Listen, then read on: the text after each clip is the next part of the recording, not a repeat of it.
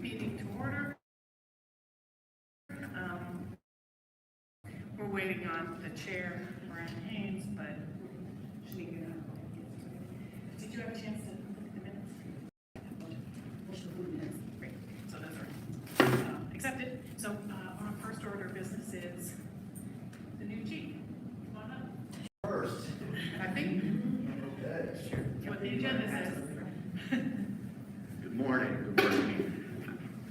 First, let me start off by saying it's a pleasure to be here in Asheville. I've received an extremely warm welcome, not only from the department, but from everyone at City Hall, and also certainly the many residents I've crossed paths with in these last 3 weeks. And just for the thousands of people that will be watching this on television. Thousands at least. Okay. If you would just introduce yourself. Oh, okay. I am David Zach. I am the Chief of Police for the City of Asheville. Thank you.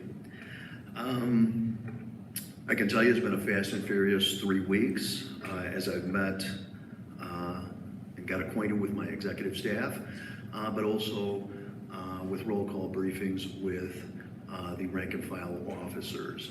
So we've been communicating back and forth, trying to assess what the APD does well, what we need work on, and what we need a lot of work on, which you will find in any police agency in the United States.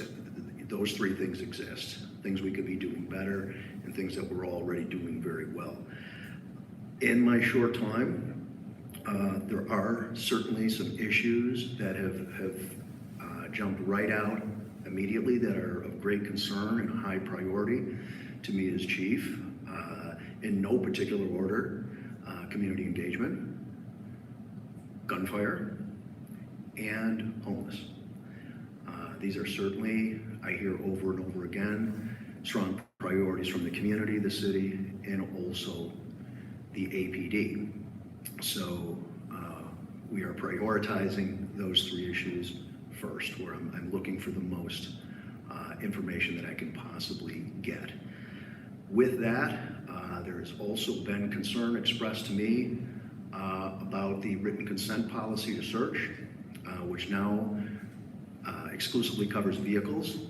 And there is concern from the community that we want to extend that policy to pedestrians and cyclists. I will tell you that now I am reviewing the current policy and the effectiveness of that policy. And if I could just report on that really quick, the policy went into effect at the end of October 30th.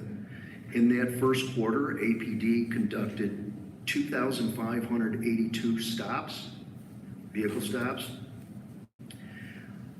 Written consent to search was achieved on 17 occasions. That involved, in the racial breakdown, 13 were from persons who were white, 4 black. Quarter 2, 2,904 stops, only 3 consent searches were requested, and all those persons searched were white. So right now, we're evaluating the effectiveness of this policy, and we're going to be looking further, and we will certainly take into consideration the expansion of that policy. But I think right at this particular point in time, we have to judge the current policy that's in effect and see how that's working, and of course, whether it's being 100% adhered to by officers. The policy is in place that does that, but we are still, like I say, working on the infrastructure and making sure that we are reviewing properly, that supervisors are conducting those reviews thoroughly. So we will consider expanding it, but right now I would think that might be a little bit too soon in my tenure to make that decision. I need a little bit more information to do that. And again, like I say, what I have prioritized are the issues related to gun discharges, gun violence, and weapons arrests, and again, community engagement, but also issues surrounding homeless. Thank you. No, I just wanted apologize for being late, especially on your introduction. I hate that I was late. I'm Dave Zach, I'm the new chief. So there was some news reports about the fact that Buncombe County and APD has dissolved the relationship for the. Yeah, the task force, the partnership. Can you tell us, just, I know that that's probably not your number one priority, but I was just wondering about the status. There were conversations before my arrival between the interim chief and the sheriff about the functioning of the task force. I met with the sheriff on my very first day. He and I sat down and discussed the task force, and we felt it was in the mutual interest of both the city and the county to dissolve that task force. So that decision was arrived at mutually. The sheriff and I think, have already developed a good rapport where we're going to have the ability to work together now and in the future. But we both felt that probably it was in the best interest of both agencies to end that particular partnership. As of today, we still have the same amount of officers and personnel conducting gun investigations that we did prior. It's just the partnership, in our estimation, we felt we would work better separate at this time. Okay, great.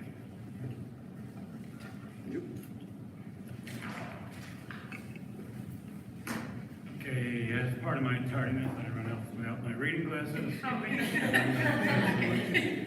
So the next is the discussion of archery hunting of deer in Mitchell School. Okay. So, Amy. Good morning, committee members, Mr. Chair. My name is Avery Miles. I'm the Assistant City Attorney with the City of Asheville. I'm just going to be presenting some information on research that I gathered to provide information from the last meeting in January, where Mr. Arbor from Asheville School provided some information during public comment, asking whether or not the city would consider making an amendment to our current firearms ordinance to allow deer hunting for population control within the city limits. So just a little bit of background. This came before council in 2018 during public comment. A local farmer who is present today was asking for a similar request for his farm shrubberies being destroyed due to deer. That was not granted due to public safety concerns from council. Once again, it came before this committee in January during public comment, so this would be the first time it would be on the agenda. Legal staff was then asked to do some research on other municipalities and kind of provide some information on what they're doing. So this is our current firearms ordinance. This is the relevant sections, so it does include arrows with metallic tips or sharp tips of any nature designed to penetrate and propelled by bow or spring device. That would be interpreted to include bow hunting as well as crossbows. Other municipalities that are researched was Chapel Hill, Carrboro, as well as Durham and Winston-Salem. Chapel Hill does currently have a deer management program they put in place in 2010. They do allow deer hunting within the town limits on private property only. They're allowed during the regional North Carolina hunting season, as well as urban archery season, which is specifically for cities and towns, as well as any time with a depredation permit. Outside of that, there are no limitations. There is currently a petition that went before their council in January to remove that program or to add some limitations for public safety.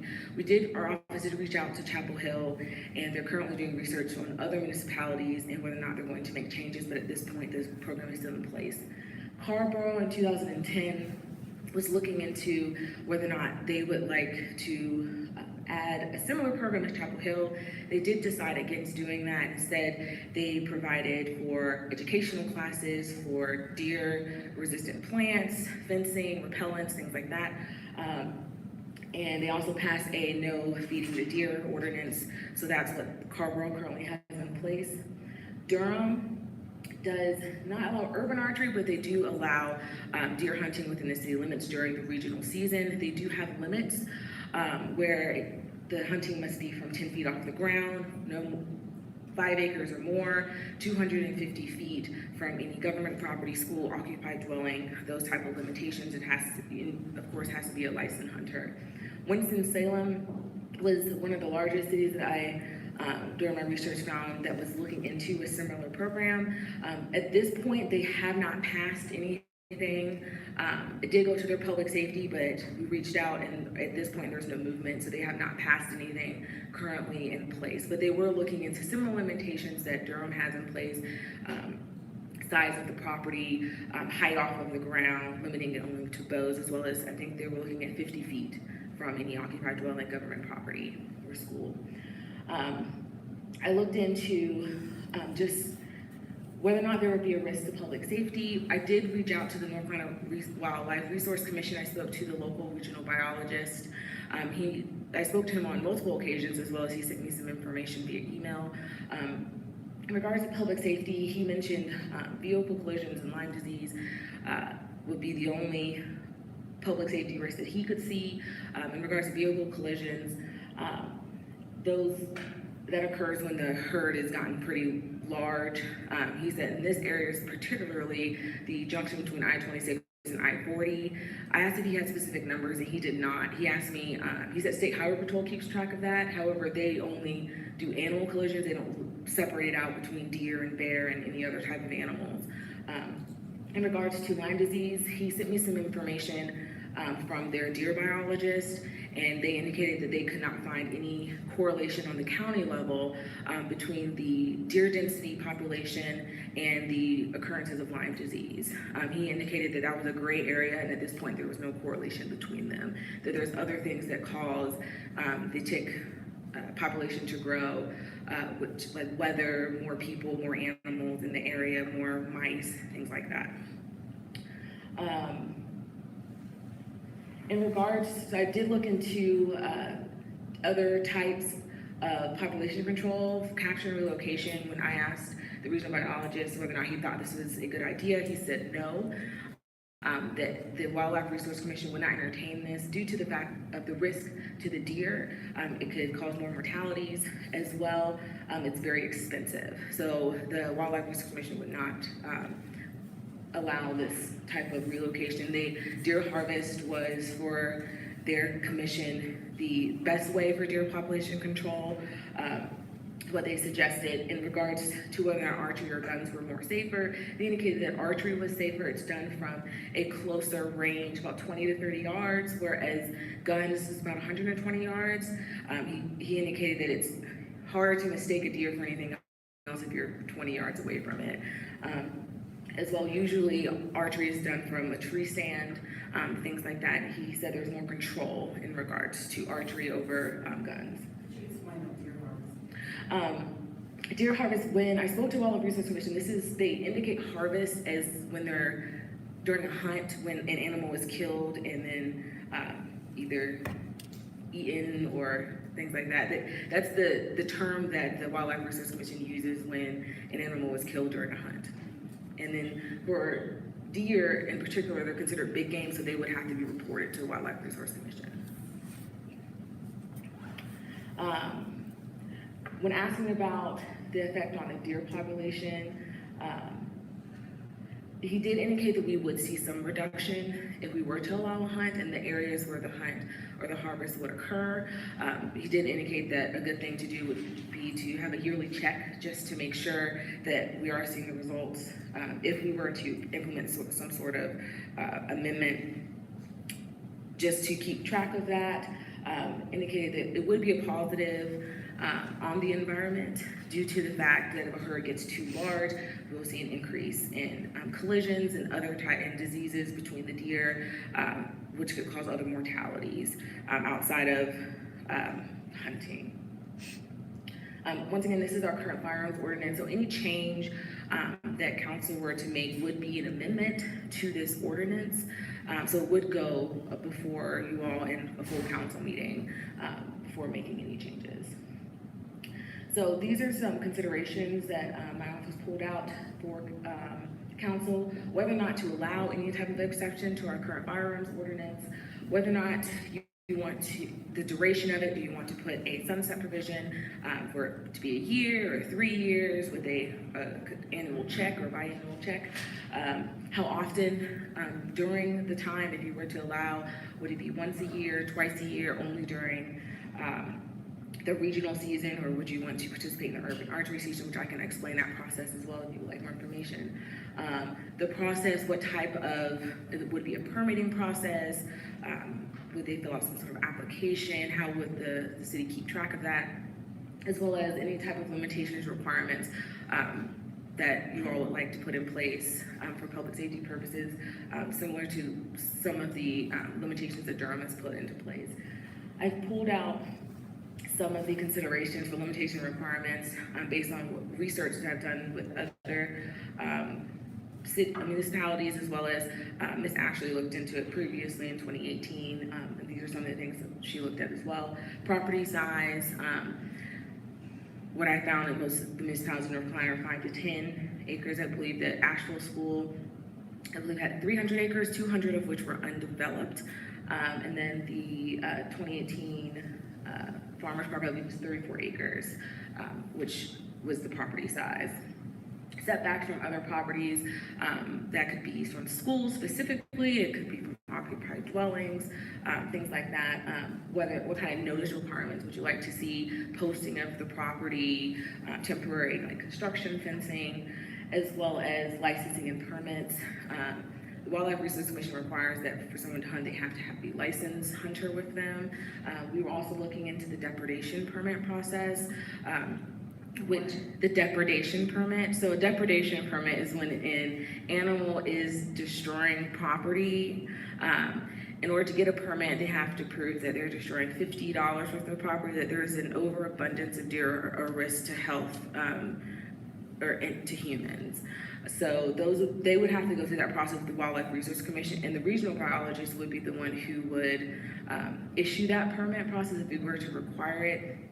When I inquired about that, the biologist was not necessarily in favor of us getting that due to the fact that he says that for depredation purposes, they prefer that the deer or the animal who is currently in the act be the one that's harvested, not necessarily just any deer that's on the property or any animal that's causing an issue on the property.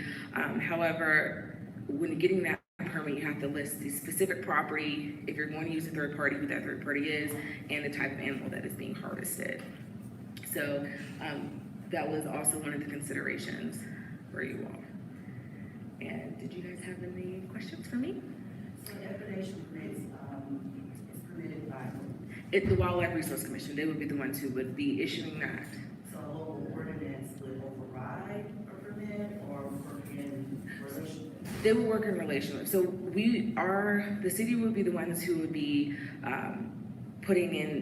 enforcing the ordinance. However, when it comes to hunting in North Carolina, Wildlife Resource Commission is they're the authority who enforces hunting. So they would be enforcing the permit.